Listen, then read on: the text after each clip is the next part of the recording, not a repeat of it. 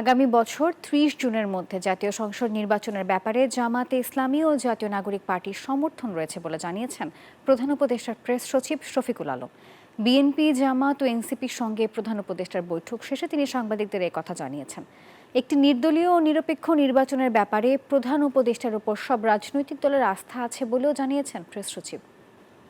প্রত্যেকটা পার্টি তাদের স্ব অবস্থান করেছেন। তারা মাননীয় চিফ অ্যাডভাইজারকে অকুণ্ঠ সমর্থন জানিয়েছেন। নির্বাচনের বিষয়ে বিএনপি ডিসেম্বরের মধ্যে ইলেকশন চেয়েছেন। প্রফেসর আজকে তার মিটিংয়ে তিনটা পার্টিকে বলেছেন যে ইলেকশন ডিসেম্বর থেকে জুনের মধ্যে হবে। ইলেকশন কমিশনের বিষয়ে এনসিপি এবং জামাত বলেছেন যে তারা মনে করে না যে এখন যে এই অবস্থা আছে তাতে লেভেল প্লেইং ফিল্ড, একটা ফ্রি অ্যান্ড ফেয়ার ইলেকশনের জন্য যে পরিবেশ দরকার সেই পরিবেশটা নাই।